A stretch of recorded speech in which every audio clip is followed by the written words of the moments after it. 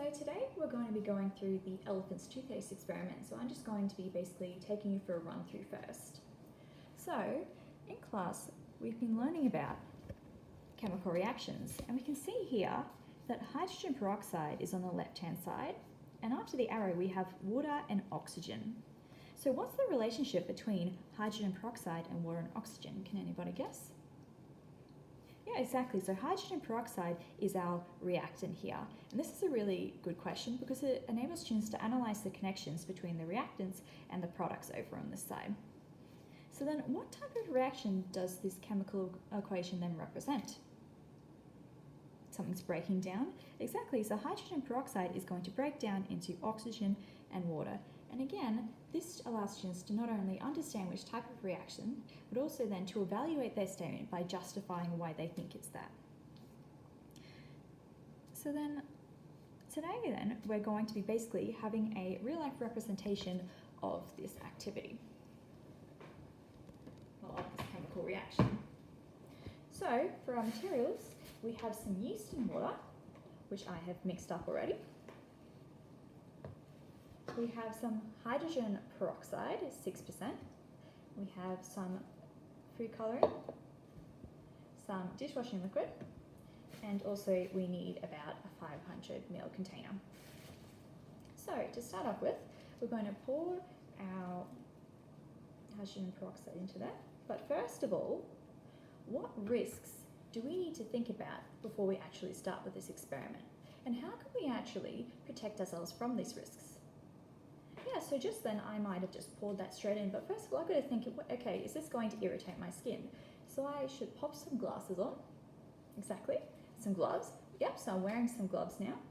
So now, this question again is a really good question to ask the students themselves to analyse the risks of these experiments. So then the first step then is going to be to pour in this hydrogen peroxide. And then we're going to be adding about 10 drops of this red food colouring.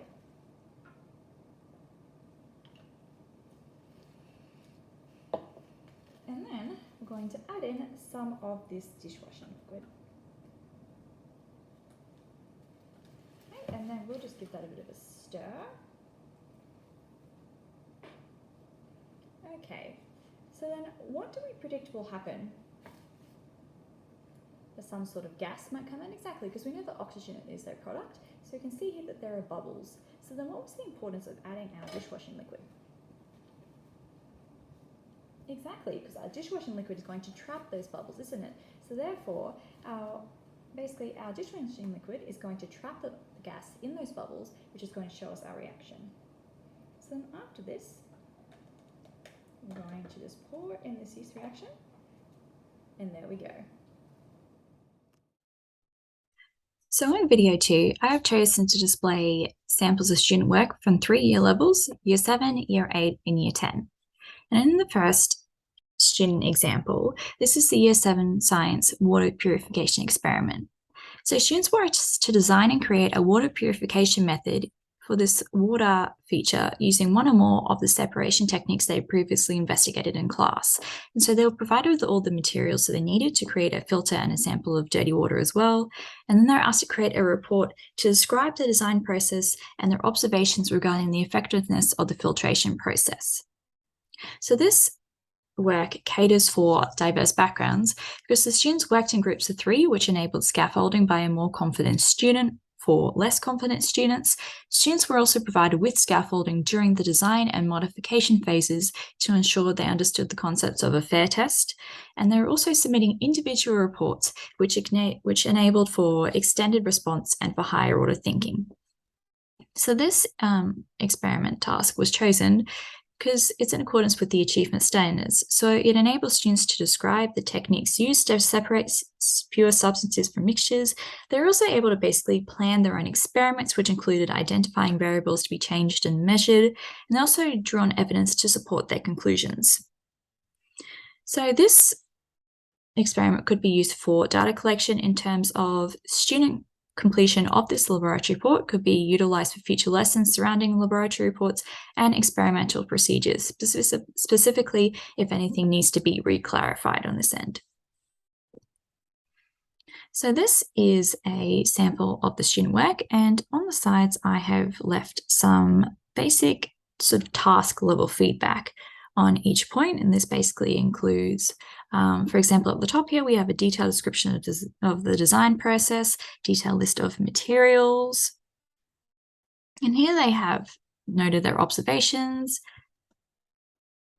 and here they have noted some limitations and some strategies to improve the experiment next time, but they didn't necessarily specify how they would stop sand from leaking. So I'll provide some overall feedback, and this basically included definitely paying tribute to the things that they have completed very well. And this included providing a thorough description of the design process, and also the fact that they refer to the quality of data when suggesting improvements to methods. However, I did leave a future suggestion in terms of something that could be applied to other topics as well. I said it could be beneficial to consider why the student's making these changes to the experiment, and it could benefit in future to draw on evidence to support the student's conclusions. Because while they did make different suggestions and different observations, I noticed that they didn't exactly basically draw on evidence like the results that they got or any other sort of content like that. The Year 8 science is basically about students which are comparing and contrasting a human body system with another species. In the sample I've chosen, it's frog respiratory system with human respiratory system. And they utilized a creative medium to basically consider this comparison at cell, organ, and body system levels. And there was also an extension question as well. So this catered for diverse backgrounds because the extension question allowed for higher order thinking by encouraging students to apply their knowledge to an abstract situation. Assistance was also provided through the use of scaffolds, and students were encouraged to check in regularly to ensure they were completing all aspects of the task. So basically there was opportunities provided for feedback. So this experiment was sort of chosen because of the fact that it was designed to provide an opportunity for students to analyze the relationship between structure and function, and it utilized a creative medium and encouraged students to demonstrate and strengthen their research and technology skills. So in terms of data collection, one of the main things we could gain from this would be to analyze the student comparisons with Venn diagrams, and this could be utilized and recorded to inform future lessons on utilizing various mediums to compare and contrast content.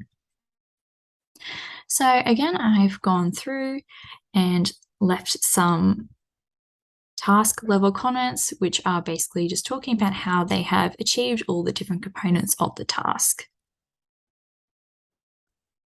And again, the student has done very well. They also did attempt the extension questions as well, which they completed very well. For example, they described the implications of the frog and the human respiratory system. And basically, then they talked about how this frog respiratory system could be utilized to enhance the human system, and then how this may benefit humanity. So again, I gave them some task level feedback at the top, basically just talking about how they fulfilled the criteria. And then I talked about how this knowledge could be sort of applied to other tasks. So I said they made connections between concepts and applied their knowledge to an abstract situation. And the only real thing that I did, suggest as sort of something to improve on in the future was more to make sure to double check spelling and to use appeal structure to avoid any repetition of ideas, because while they did provide an excellent response to all of the criteria, something that was sort of reoccurring was the fact that not all of their ideas were sort of presented in as logical of a format as they could have been. And then for year 10, this one was basically experimenting on a factor which could basically affect rate of reaction. And so this basically catered for diverse backgrounds because, again, they could do some small group work, and also a report template was provided, which provides scaffolding as well as opportunities for assistance and feedback in developing the experimental method. And so why was this experiment chosen? Because of the fact that it is, again, allowing students to develop questions and hypotheses and independently design and improve appropriate methods of investigation. So in terms of data collection, again, the construction of this laboratory report could be utilized to inform future lessons and experiments and exams. assignments regarding laboratory reports and experimentation. So again, I have given them some task level feedback down the sides of this paper here, and I provided some overall feedback as well. And this basically just again gave them a lot of compliments on really how they conducted the experiment, how they justified and explained all the different results as well. The only thing I suggested for in future was that they could include a separate section for materials to make it easier for readers to recreate the experiment, because they didn't do that. But also, as more of a reflection for future, how could you extend on this experiment in future? How could you take this to a further level to gain some more data?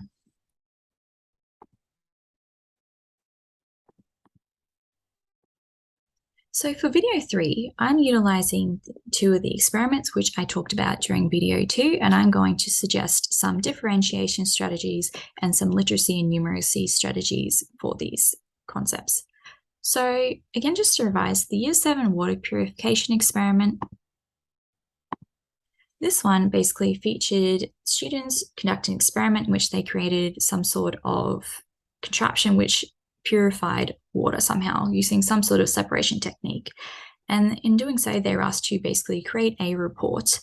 And so some diversity catering was already included in this. And this included students working in groups to research and design the filtration device to perform the experiment. And this basically allows for scaffolding of less confident students by more confident students.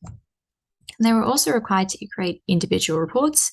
So students were provided with scaffolding during the design and modification phases as well. And this basically, again, allows for scaffolding and feedback by the teacher.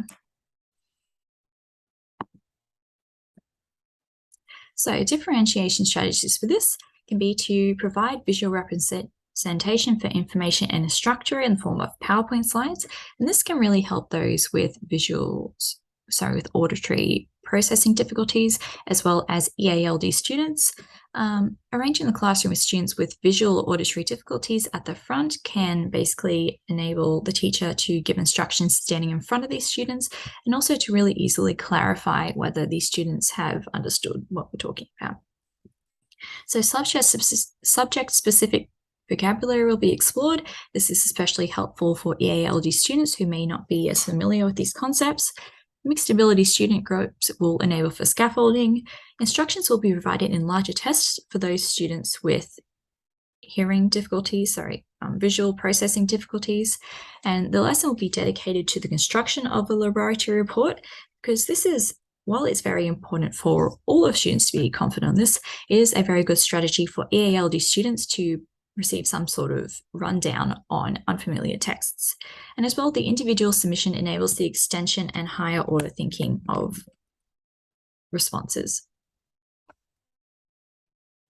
So for year 8, again, the students were asked to compare and contrast the human body system with those of another species. And again, assistance was provided through the use of scaffolds, and students were encouraged to check in regularly to ensure that they were completing all aspects of the task. So some feedback was available. So some more differentiation strategies can include providing a visual representation for information and instruction, and the subject-specific vocabulary will be explored. Instructions will again be provided in larger text, and a portion of the lesson will be dedicated to utilizing common creative mediums and dedicated as well to constructing a Venn diagram. And again, these can really help with not only a lot of different students, but especially EALD students who are not as familiar with some of these mediums. And then class will also read through the task requirements together, and this can really help those students who do have visual processing difficulties.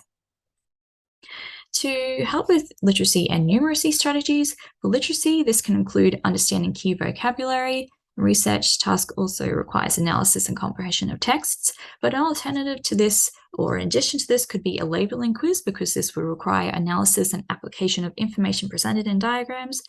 The numeracy strategies, while this concept does not necessarily include numeracy already, it could be included by basically researching and comparing gas exchange rate in different animals using graphs and tables, and as well as this, the construction of diagrams on animal gas exchange versus respiratory systems versus body in those scale diagrams, which includes spatial awareness and scale to really represent that relationship.